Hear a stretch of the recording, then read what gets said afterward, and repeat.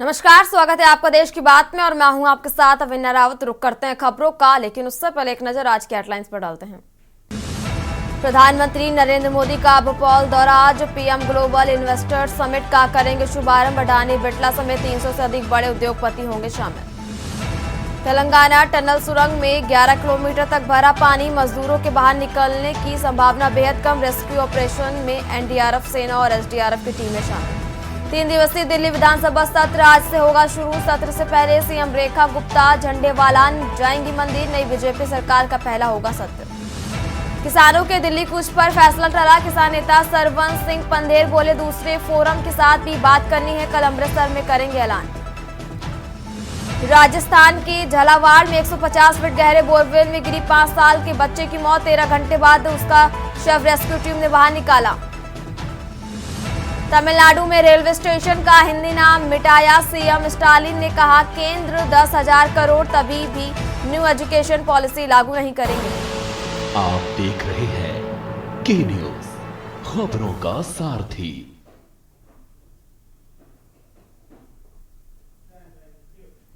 और देश की बात की शुरुआत करते हैं राजधानी दिल्ली से, जहां दिल्ली विधानसभा का आज से शुरू होगा पहला सत्र। और दिल्ली में नई बीजेपी सरकार का ये पहला सत्र शुरू होगा और मुख्यमंत्री रेखा गुप्ता ने आज बुलाया है विधानसभा का सत्र।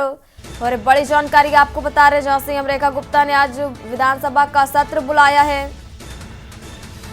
वह नवनिर्वाचित विधायकों को दिलाई जाएगी शपथ। और विधानसभा का सबसे पहला चुना जाएगा प्रोटेम स्पीकर। और सत्र में विधानसभा अध्यक्ष का चुनाव भी होगा। और राजधानी दिल्ली से आपको एक खबर बता रहे हैं, जहां विधायक विजेंद्र गुप्ता को चुना जाएगा विधानसभा का अध्यक्ष। और दिल्ली विधानसभा का आज से शुरू होगा पहला सत्र।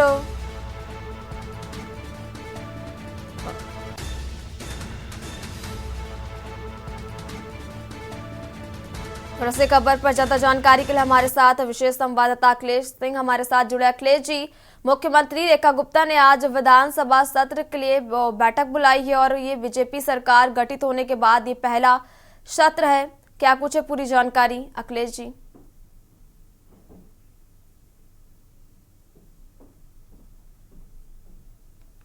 सभा सत्र मुख्यमंत्री रेखा गुप्ता के द्वारा बुलाया गया। दिल्ली में भारतीय जनता पार्टी की नवगठित सरकार के आज पहले विधानसभा सत्र की शुरुआत में प्रोटेम स्पीकर का चुनाव होगा। प्रोटेम स्पीकर के तौर पर विजेंद्र गुप्ता को चुना जा सकता है और उसके बाद विधायकों को, जितने भी दिल्ली के 70 विधायक नवनिर्वाचित हुए हैं, सभी को विधानसभा सदस्य के तौर पर शपथ दिलाई जाएगी। और उसके बाद दिल्ली विधानसभा अध्यक्ष का चुनाव होगा।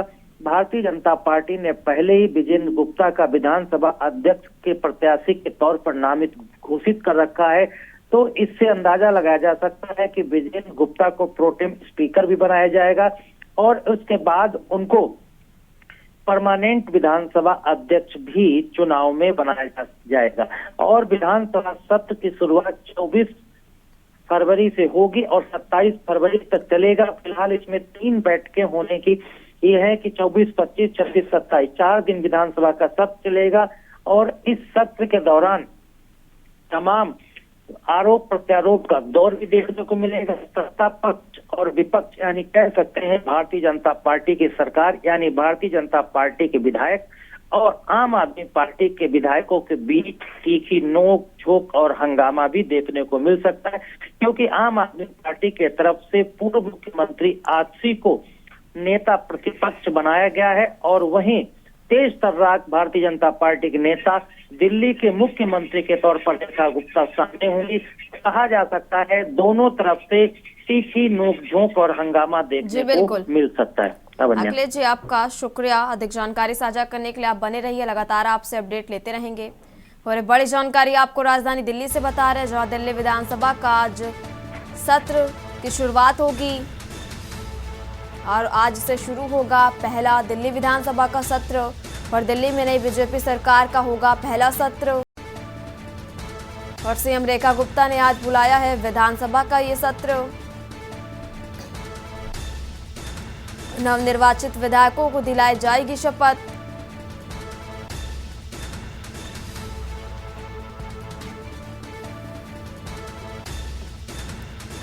और सत्र में विधानसभा अध्यक्ष का चुनाव भी किया जाएगा।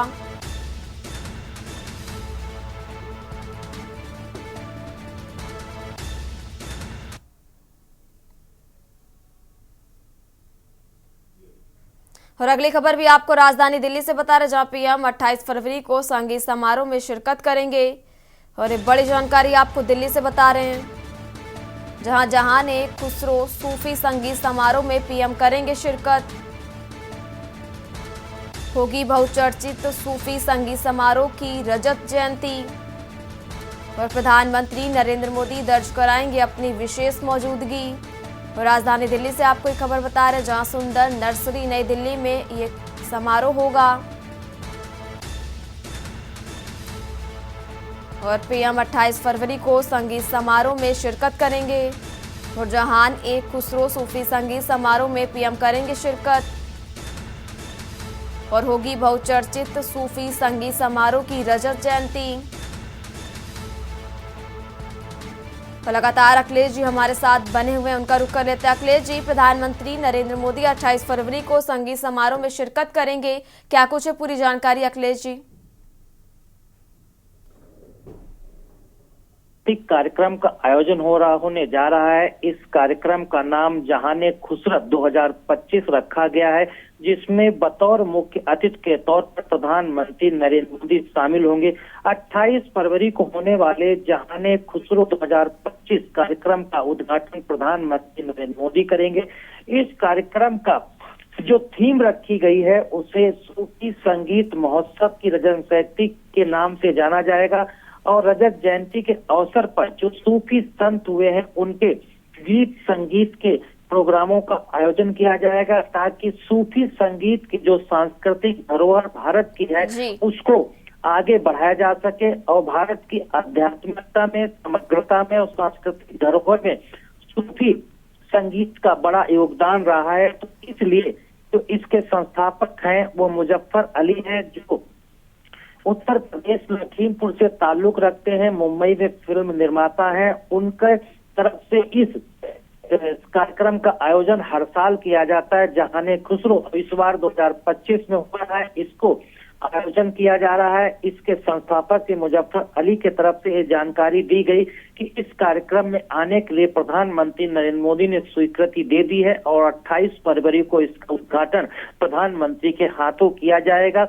और उनका कहना है कि जहाने खुसरो महोत्सव जो पिछली 25 सालों से वो आयोजित कर रहे हैं और इसमें करीब 30 संस्करणों का आयोजन अब तक किया जा चुका है।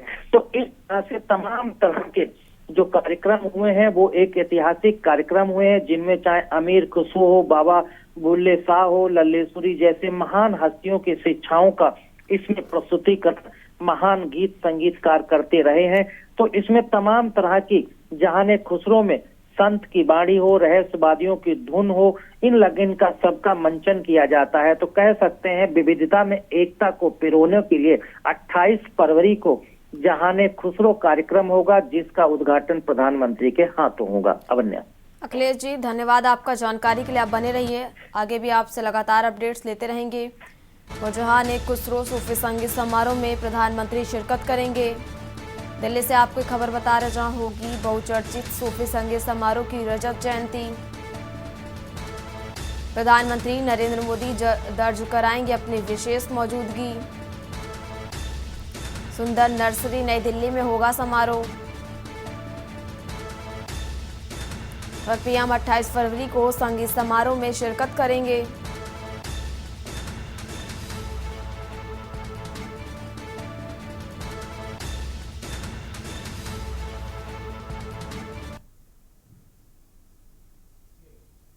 और देश की बात में और बात करेंगे भोपाल की, जहां आज से शुरू होगी 2 दिन की इन्वेस्टर्स समिट और प्रधानमंत्री नरेंद्र मोदी समिट का उद्घाटन करेंगे।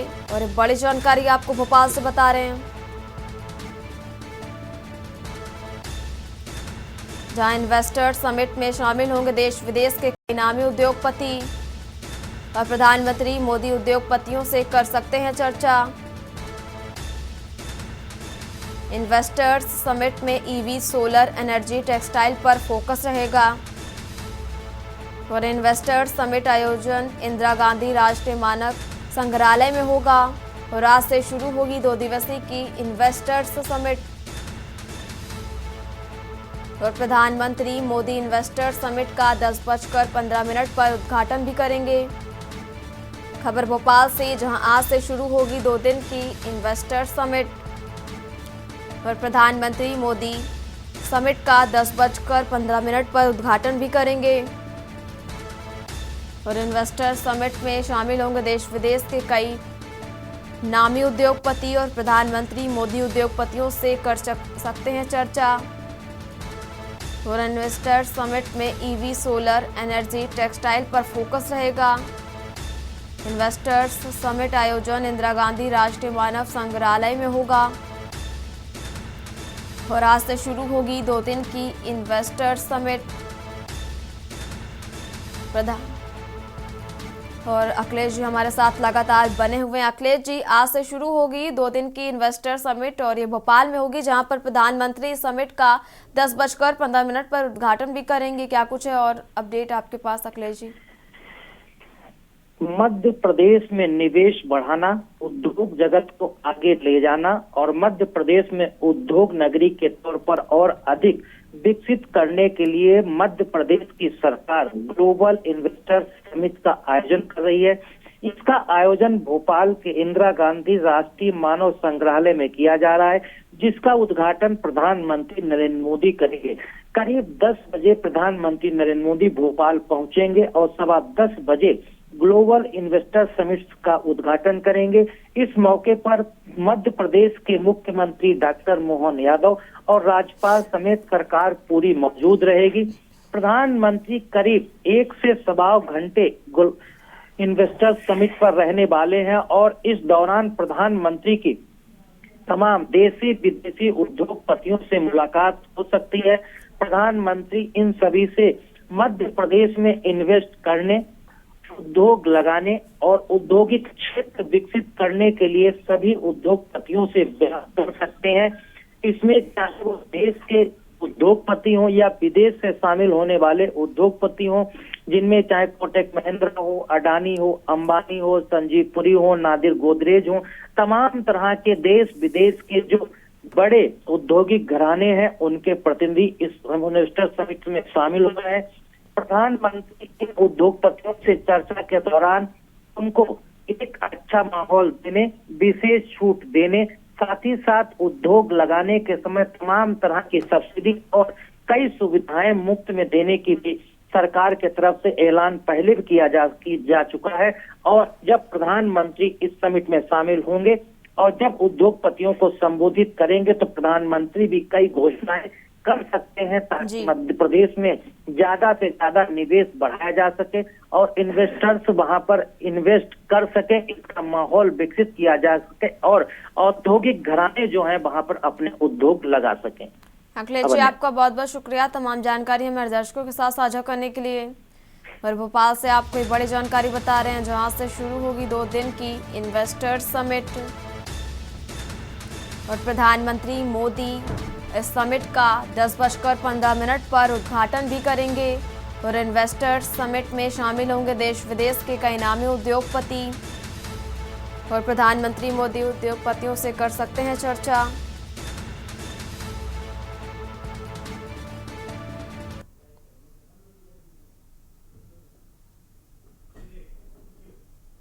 और देश की बात में फिलहाल यहाँ रुकेंगे, एक छोटे से ब्रेक के लिए जल्द हाजिर होंगे।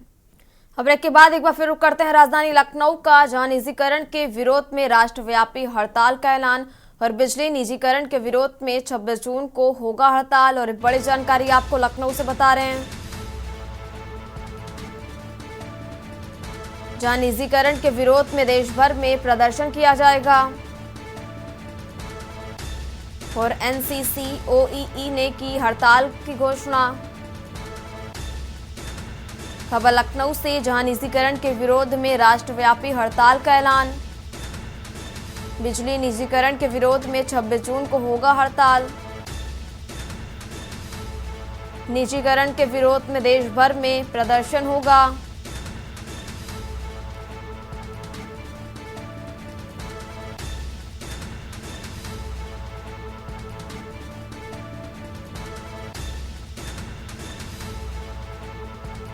और बिजली निजीकरण के विरोध में 26 जून को हड़ताल होगी और निजीकरण के विरोध में देश भर में प्रदर्शन होगा।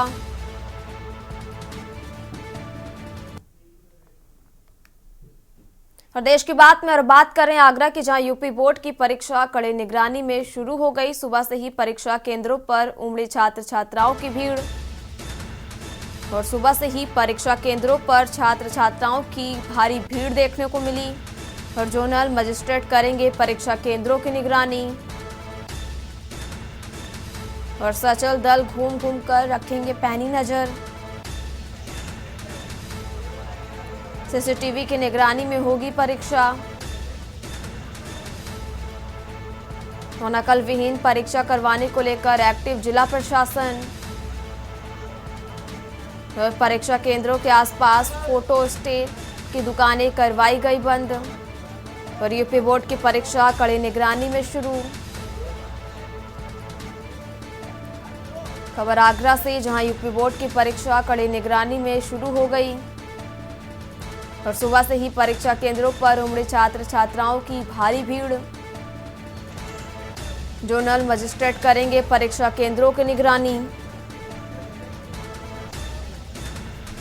सचल दल घूम घूम कर रखेंगे पैनी नजर। सीसीटीवी की निगरानी में होगी परीक्षा। नकल विहीन परीक्षा करवाने को लेकर एक्टिव जिला प्रशासन और परीक्षा केंद्रों के आसपास फोटो स्टेट की दुकानें करवाई गई बंद। यूपी बोर्ड की परीक्षा कड़ी निगरानी में शुरू। यूपी बोर्ड की परीक्षा कड़ी निगरानी में शुरू हो गई। सुबह से ही परीक्षा केंद्रों पर उमड़ी छात्र छात्राओं की भारी भीड़।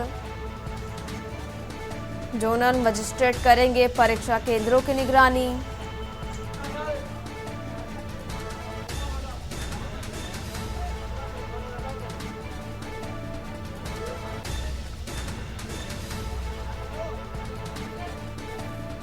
आज से जो बोर्ड परीक्षाएं शुरू हो रही हैं हाई स्कूल इंटरमीडिएट की, क्या को प्रशासन द्वारा? शासन की पूरी तैयारी है, पुलिस व्यवस्था है और सीसीटीवी कैमरे लगे हुए हैं, वॉइस रिकॉर्डर लगे हुए हैं और नकल विहीन शांतिपूर्ण परीक्षाएं शासन की मंशा के अनुरूप संपन्न कराई जाएगी। कितने छात्र छात्राएं आपके यहाँ की? हाई स्कूल और इंटर कुल मिला के 550 छात्र। और अब बात कर रहे हैं राजधानी लखनऊ की, जहां सरकारी कार्यालयों भवनों में स्मार्ट मीटर लगाने के आदेश और बार बार निर्देशों के बाद भी नहीं लगा मीटर। और खबर लखनऊ से आपको बता रहे हैं, जहां सिर्फ 15% सरकारी भवनों पर स्मार्ट प्रीपेड मीटर लगा और घरेलू उपभोक्ताओं के यहां मीटर लगाने में ज्यादा रुचि और केंद्र से मिलने वाला अनुदान फंसता आने लगा नजर। और 31 मार्च तक सरकारी भवनों पर प्रीपेड मीटर लगाने का लक्ष्य भी है और प्रीपेड स्मार्ट मीटर लगाने का लक्ष्य पूरा करने का निर्देश भी दिया गया। वहीं कार्यालयों में 1,15,055 स्मार्ट प्रीपेड मीटर लगना था और ये आंकड़ा सिर्फ 17,440 तक ही पहुंच पाया है।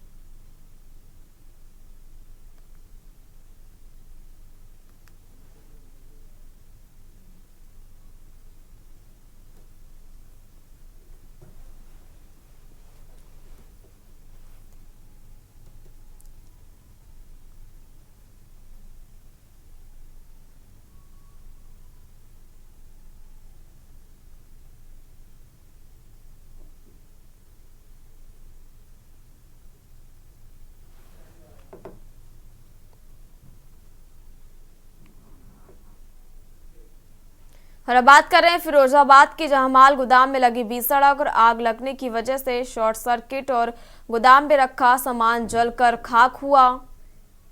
और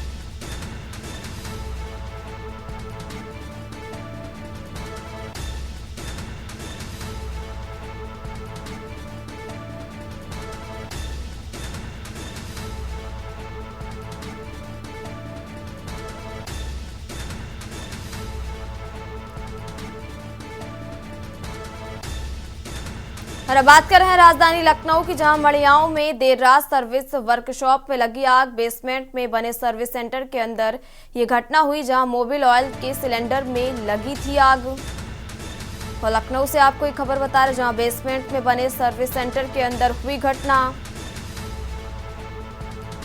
और मोबिल ऑयल के सिलेंडर में लगी थी आग। और 2 दमकल की गाड़ियों ने आग पर पाया काबू। मोबिल ऑयल के सिलेंडर में लगी थी आग। 2 दमकल की गाड़ियों ने आग पर पाया काबू और दमकल कर्मियों ने बेसमेंट में जाकर सिलेंडर को बाहर निकाला। सर्विस सेंटर में खड़ी गाड़ियों को सुरक्षित निकाला गया बाहर। खबर लखनऊ से, जहां मड़ियाओं में देर रात सर्विस वर्कशॉप में लगी भीषण आग और बेसमेंट में बने सर्विस सेंटर के अंदर हुई ये घटना। मोबिल ऑयल के सिलेंडर में लगी थी आग। 2 दमकल की गाड़ियों ने आग पर पाया काबू। मोबिल ऑयल के सिलेंडर में लगी थी आग।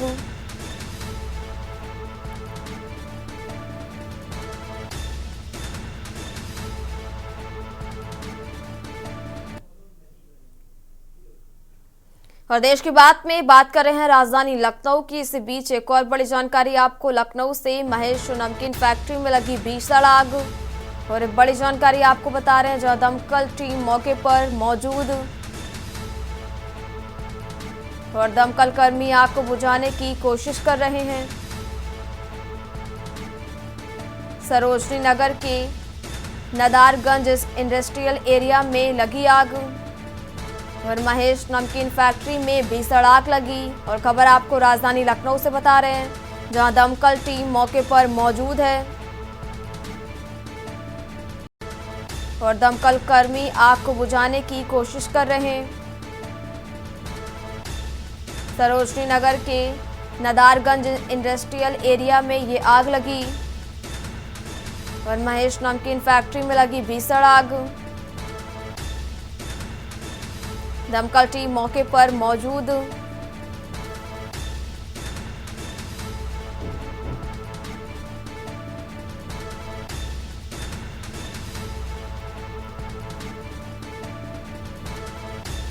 और इसी खबर पर बातचीत के लिए हमारे साथ हमारे संवाददाता शिवा शर्मा हमारे साथ जुड़े। शिवा जी, महेश नमकीन फैक्ट्री में ये भीषण आग लगी और जानकारी ये भी मिली कि जो दमकल की टीम है वो मौके पर मौजूद है।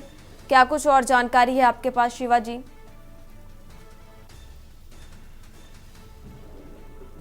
स्थित इंडस्ट्रियल एरिया यानी कि अमौसी एयरपोर्ट के पास में महेश नमकीन की फैक्ट्री है और भोर सुबह तकरीबन 4:30 से 5 बजे के बीच ये आग लगी है। और जो नमकीन फैक्ट्री का जो पिछला हिस्सा है जहां पर स्क्रैप इकट्ठा होता है वहां पर ये आग लगी है। और आग इतनी भयावह थी कि दर्जनों गाड़ी दमकल की अलग अलग फायर स्टेशन से बुलाई गई है।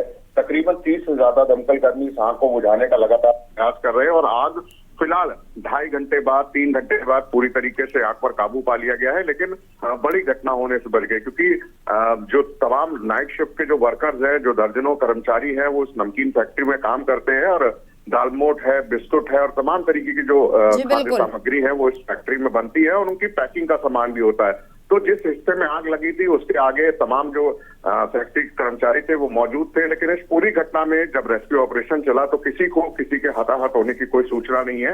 लेकिन दर्जनों गाड़ियों ने तकरीबन 2.5 से 3 घंटे की कड़ी मशक्कत के बाद इस महेश नमकीन फैक्ट्री में आग पर काबू पा लिया है। शिवा जी, आपका बहुत बहुत शुक्रिया तमाम जानकारी हमारे दर्शकों के साथ साझा करने के लिए।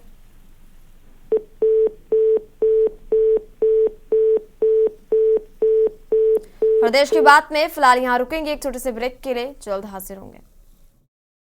अब ब्रेक के बाद एक बार फिर रुक करते हैं राजधानी लखनऊ का, जहां यूपी बोर्ड की परीक्षा आज से शुरू होंगी और नकल विहीन परीक्षाओं के लिए हुए विशेष प्रबंध। और एक बड़ी जानकारी आपको बता रहे हैं, जहां नकल विहीन परीक्षाओं के लिए विशेष प्रबंध भी किए गए और सीसीटीवी की निगरानी में होगी यूपी बोर्ड की परीक्षाएं और परीक्षा केंद्रों पर मोबाइल पर पूरी तरह से रोक रहेगी और परीक्षा केंद्रों पर सुरक्षा का रहेगा कड़ा पहरा।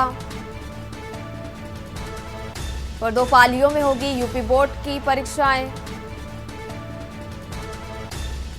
पहली पाली सुबह 8:30 से 11:45 तक रहेगी और दूसरी पाली दोपहर 2 बजे से 5:15 तक रहेगी।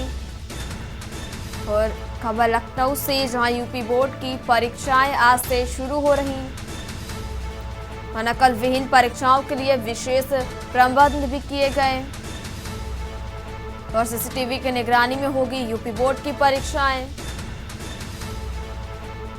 परीक्षा केंद्रों पर मोबाइल पर पूरी तरह से रोक रहेगी। परीक्षा केंद्रों पर सुरक्षा का रहेगा कड़ा पहरा।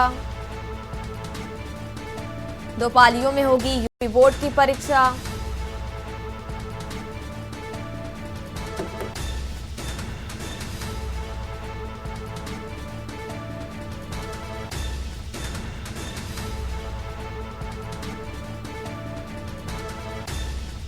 और यूपी बोर्ड की परीक्षा आज से शुरू हो रही।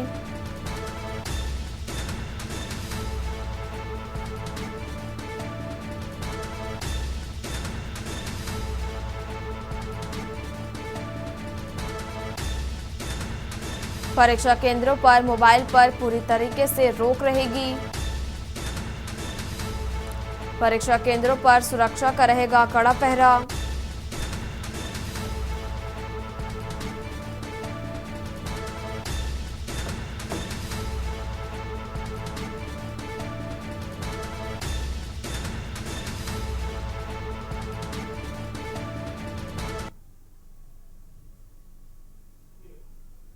देश की बात में रुख करते हैं अगली खबर का। प्रयागराज महाकुंभ का 42वां दिन आज महाकुंभ में श्रद्धालु लगातार कर रहे हैं स्नान। और यह हम जानकारी आपको प्रयागराज से बता रहे, जहां महाकुंभ में श्रद्धालु लगातार गंगा स्नान कर रहे हैं। और आज 1.32 करोड़ श्रद्धालुओं ने स्नान किया और रात 8 बजे तक 1.32 करोड़ लोगों ने किया स्नान। और अब तक 62.4 करोड़ लोगों ने स्नान किया संगम में। और प्रयागराज महाकुंभ का आज 42वां दिन है और महाकुंभ में श्रद्धालु लगातार संगम स्नान कर रहे हैं। और आज 1.32 करोड़ श्रद्धालुओं ने किया संगम स्नान। प्रयागराज महाकुंभ का 42वां दिन है आज। महाकुंभ में श्रद्धालु लगातार संगम स्नान कर रहे हैं।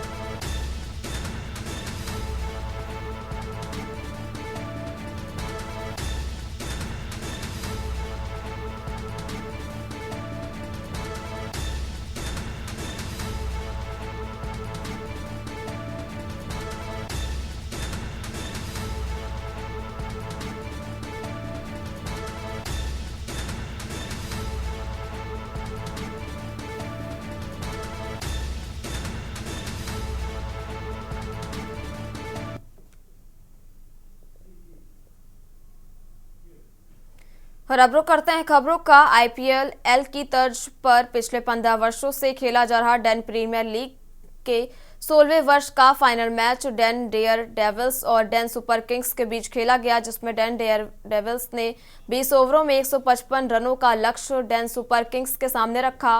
और डेन सुपर किंग्स की तरफ से विप्रांश यादव ने 77 रनों की शानदार पारी खेलकर टीम को जीत की ओर बढ़ाया, जिसके बाद से बल्लेबाजों ने 19 ओवर की 5वीं बॉल पर 5 विकेट से शानदार जीत दर्ज की। और डेन प्रीमियर लीग में मुख्य अतिथि के रूप में भाभी जी घर पर हैं के फेमस एक्टर रोहित गौड़ उर्फ मनमोहन तिवारी ने शामिल होकर खिलाड़ियों का हौसला बढ़ाया। साथ ही विजेता टीम के कप्तान को 6 लाख रुपए का चेक व विजय ट्रॉफी और उप विजेता टीम के कप्तान को 3,75,000 रुपए का चेक सौंपा।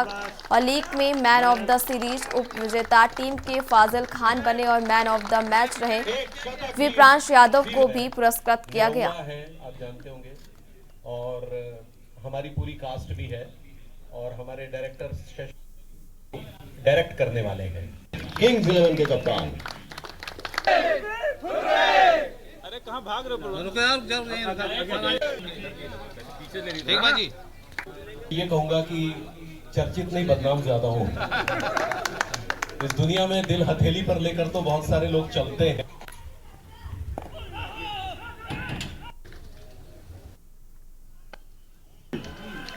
यहाँ पर ड्रिंक्स से ठीक पहले ड्रिंक्स ट्रॉली मैदान।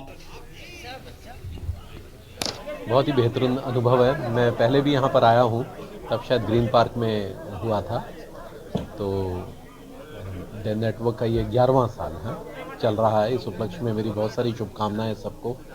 और यहाँ का अनुभव बेहतरीन अनुभव है, क्योंकि इतना उत्साह, इतना हर्षोल्लास मैंने काफ़ी दिनों के बाद देखा।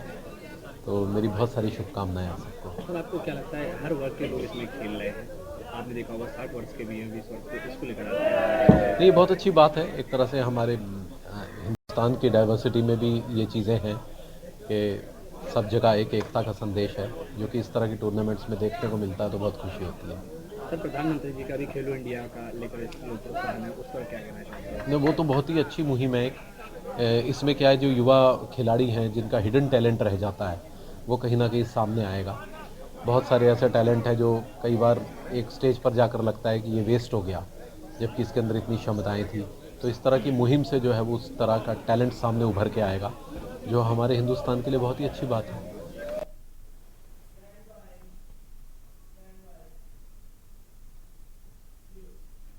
खबर गाजीपुर से, जहां गाजीपुर में एसएसएस अचीवर्स सक्सेना मंत्रा कोचिंग सेंटर का उद्घाटन किया गया और मुख्य अतिथि के रूप में एसआर डायग्नोस्टिक सेंटर के प्रबंध निदेशक श्री राजेंद्र प्रसाद राय ने फीता काटकर एवं दीप प्रज्वलित कर किया। और गाजीपुर शहर के लंका इलाके में खुला ये बड़ा कोचिंग संस्थान है। ये कोचिंग संस्थान शहरी और ग्रामीण इलाकों के छात्राओं को बेहतर शिक्षा देने के लिए इस कोचिंग का उद्देश्य है। वहीं आपको बता दें कि एसएस अचीवर्स कोचिंग की मैनेजिंग डायरेक्टर एडवोकेट सौम्या राय ने बताया कि जनपद गाजीपुर में इस तरह का कोई संस्थान नहीं था जिससे कि बच्चे पढ़ सके और देश और प्रदेश में नाम रोशन कर पाएं।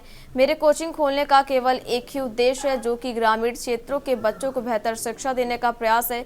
वहीं उन्होंने बताया कि हमारे यहाँ बेहतर सुविधा लैस है। यहाँ संस्थान 9 से 12 तक के बच्चों को BBA, bank, SSC, CGL, railway, UPSI TET और सुपर टेट एवं सी टेट आदि परीक्षाओं की तैयारी बेहतर तरीके से कराई जाएगी।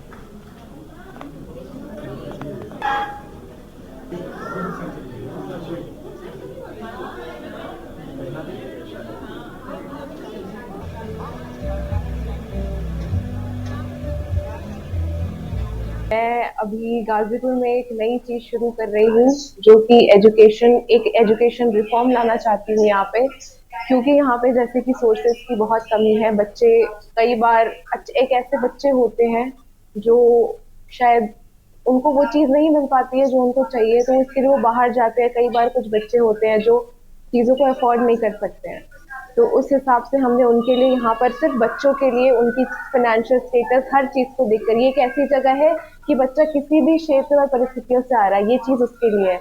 कोई फाइनेंशियल की बहुत हाई फाई होगा ऐसा कुछ भी नहीं है। बिल्कुल ही बजट फ्रेंडली वे में हमने एक ऐसी चीज शुरू करी है जो बच्चों को शायद उनके लक्ष्य को प्राप्ति के लिए काफी ज्यादा महत्वपूर्ण होगी और उनको काफी समय तक मदद भी करेगी। जी देखिए, आज की जो कोचिंग है वो हमारे गाजीपुर क्षेत्र के लिए काफ़ी ज़रूरी थी। वो इसलिए क्योंकि अभी तक इतने लार्ज स्केल पे और अलग अलग कोर्सेज के लिए कोई कोचिंग एक छत के अंदर अवेलेबल नहीं थी। दूसरा मुद्दा ये होता है कि कई बार स्टूडेंट्स के पास जो हमारे क्षेत्र से हैं वो ऑप्शन ज़्यादा बचते नहीं उनके पास, या तो ऐसा होता है कि वो अपनी इकोनॉमिक स्थिति के कारण वो यहीं पर रह जाते हैं या फिर बाहर जाते हैं किसी तरह से, बट वो स्ट्रगल अलग है। क्योंकि मैं भी एक टाइम पे बाहर कोचिंग की थी, स्ट्रगल होते हैं उसके, लेकिन अगर वही कोचिंग आपके शहर में अवेलेबल हो तो उससे अच्छा कुछ नहीं हो सकता। हालांकि ऑनलाइन कोचिंग की सुविधाएं होती हैं, बट फिर उसमें 1-to-1 इंटरेक्शन पॉसिबल नहीं होता है कई बार। ठीक है, 1:1 डाउट सॉल्विंग पॉसिबिलिटी होती नहीं है ज़्यादा। खबर अंबेडकर नगर से है, जहां विकास और विरासत महोत्सव के दूसरे दिन डॉग शो का आयोजन डीएम के मार्गदर्शन में किया गया। कार्यक्रम का शुभारंभ मुख्य अतिथि जिलाधिकारी अविनाश सिंह व उनकी पत्नी द्वारा किया गया। डॉग शो कार्यक्रम का पंजीकरण निःशुल्क किया गया तथा श्वानों का निःशुल्क रेबिस टीकाकरण भी किया गया और कार्यक्रम में कुल 92 डॉग्स जो विभिन्न नस्लों जैसे जर्मन शेफर्ड, लैब्राडोर और सीजस्यू, डग हाउस और rot wheeler, boxer, Belgium shepherd, पामोरियल पग जैसे डॉग शामिल हुए और प्रत्येक नस्ल में प्रथम, द्वितीय एवं तृतीय पुरस्कार, ट्रॉफी और प्रमाण पत्र के साथ गिफ्ट हैम्पर दिया गया और प्रत्येक नस्ल में 3 पुरस्कार बेस्ट इन ब्रीड और फर्स्ट इन सरप, सेकंड सरपर को दिया गया।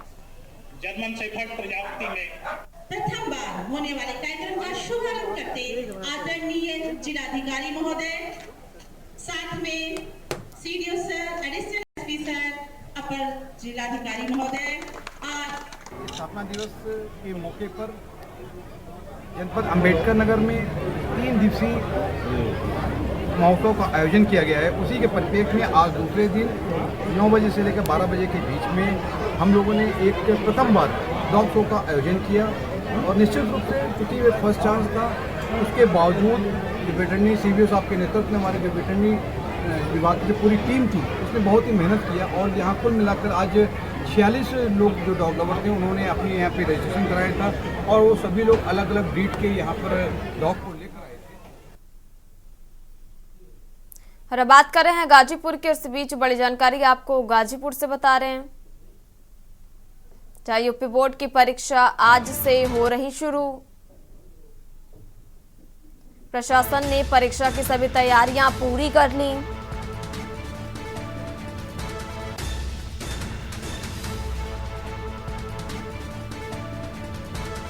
और 2 पालियों में होगी यूपी बोर्ड की परीक्षा। निगरानी के लिए वॉर रूम में लगाए गए 25 कंप्यूटर और यूपी बोर्ड की परीक्षा आज से शुरू हो रही। प्रशासन ने परीक्षा की सभी तैयारियां की पूरी।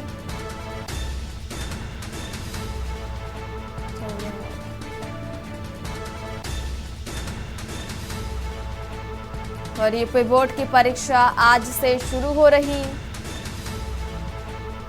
और प्रशासन ने परीक्षा की सभी तैयारियां भी पूरी कर ली।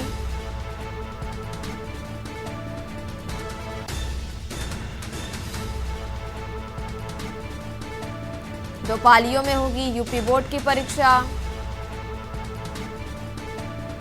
निगरानी के लिए वॉर रूम में लगाए गए 25 कंप्यूटर। यूपी बोर्ड की परीक्षा आज से शुरू हो रही। प्रशासन ने परीक्षा की सभी तैयारियां भी पूरी कर ली।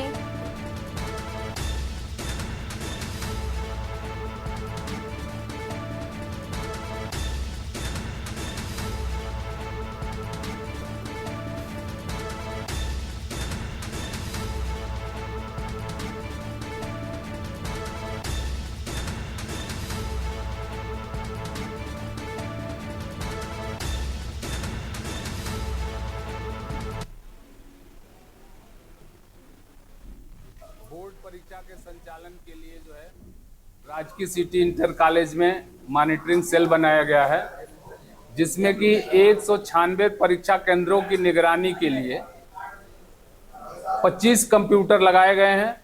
प्रत्येक कंप्यूटर पे 8 केंद्रों की निगरानी होगी। जनपद में हाई स्कूल के जो है 63,348 छात्र बैठ रहे हैं और इंटरमीडिएट के 77,024 छात्र बैठ रहे हैं। इस तरह से जनपद में कुल 1,44,372 छात्र बैठ रहे हैं। परीक्षा को सुचारू रूप से संचालन के लिए 9 जोनल मजिस्ट्रेट लगाए गए हैं और 32 सेक्टरों में इसको विभाजित किया गया है। और बात कर रहे हैं राजधानी दिल्ली की, जहां प्रधानमंत्री मोदी का बिहार दौरा है। आज मुख्यमंत्री और राज्यपाल कार्यक्रम में मौजूद रहेंगे और मुख्यमंत्री और राज्यपाल कार्यक्रम में मौजूद रहेंगे। दिल्ली से आपको एक खबर बता रहे हैं, जहां प्रधानमंत्री सम्मान निधि की 19वीं किस्त जारी करेंगे। और प्रधानमंत्री मोदी जनसभा को संबोधित भी करेंगे और 24,000 करोड़ रुपए से ज्यादा के प्रोजेक्ट का शुरुआत करेंगे। प्रधानमंत्री किसान निधि योजना की 6 साल हो रहे हैं पूरे। देश भर के 12 करोड़ किसानों के लिए 19वीं किस्त जारी होगी और पीएम दोपहर 1:30 पर पूर्णिमा एयरपोर्ट पर लैंड करेंगे और प्रधानमंत्री मोदी का बिहार दौरा है आज। मुख्यमंत्री और राज्यपाल कार्यक्रम में मौजूद रहेंगे।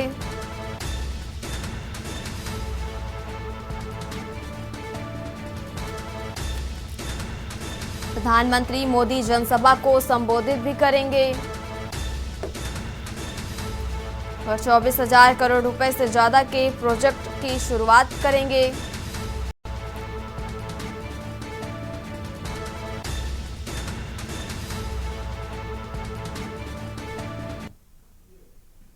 और अब बात करें हमीरपुर की, जहां 2 बाइकों में आमने सामने जोरदार भिड़ंत हो गई और एक बड़ी जानकारी आपको हमीरपुर से बता रहे हैं, जहां घटना का वीडियो दुकान में लगे सीसीटीवी कैमरे में कैद हुआ और दोनों बाइक सवार गंभीर रूप से घायल हुए।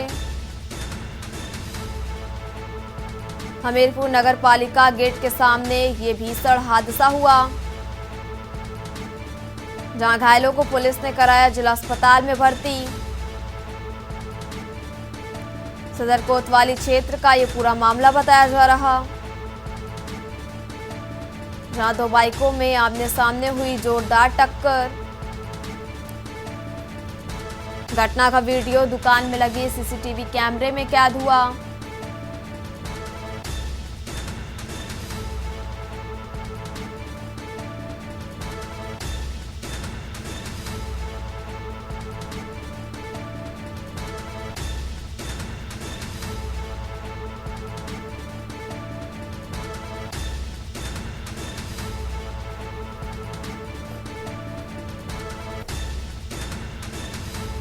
और घायलों को पुलिस ने कराया जिला अस्पताल में भर्ती।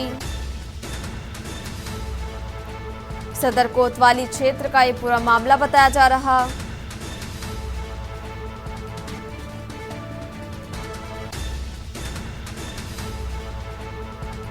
और घटना का वीडियो दुकान में लगे सीसीटीवी कैमरे में कैद हुआ।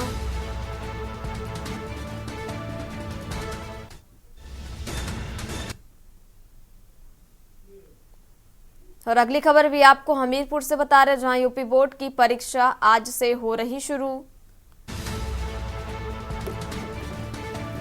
और यूपी बोर्ड हाई स्कूल एवं इंटरमीडिएट की परीक्षाएं आज से शुरू हो रही और 41 केंद्रों में 30,261 परीक्षार्थी देंगे परीक्षा और हाई स्कूल के 15,161 परीक्षार्थी परीक्षा में शामिल होंगे और इंटरमीडिएट के 15,000 परीक्षार्थी परीक्षा में शामिल होंगे और 30 मिनट पहले परीक्षा केंद्र में पहुंचे परीक्षार्थी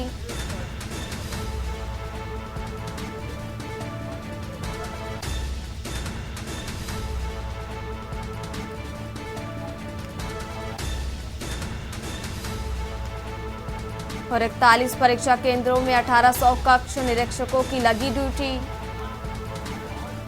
और परीक्षाओं में 41 सेक्टर मजिस्ट्रेट 41 केंद्र और 41 केंद्रों पर 30,261 परीक्षार्थी परीक्षा देंगे और यूपी बोर्ड की परीक्षा आज से शुरू हो रही।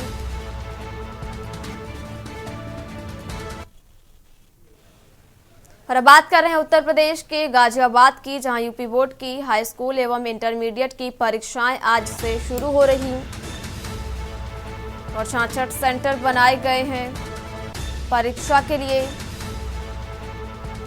और 53,392 विद्यार्थी परीक्षा देंगे और 7 जोनल मजिस्ट्रेट 20 सेक्टर मजिस्ट्रेट की और यूपी बोर्ड की हाई स्कूल एवं इंटरमीडिएट की परीक्षाएं शुरू हो गई और गाजियाबाद में कुल 66 सेंटर बनाए गए हैं।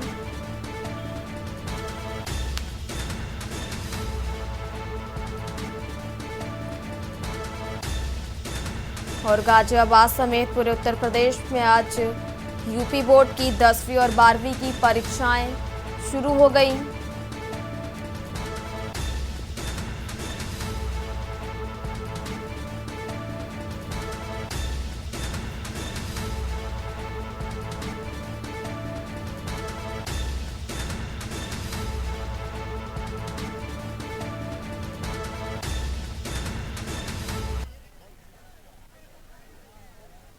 और देश की बात में फिलहाल रुकेंगे यहाँ पे एक छोटे से ब्रेक के लिए, जल्द हाजिर होंगे।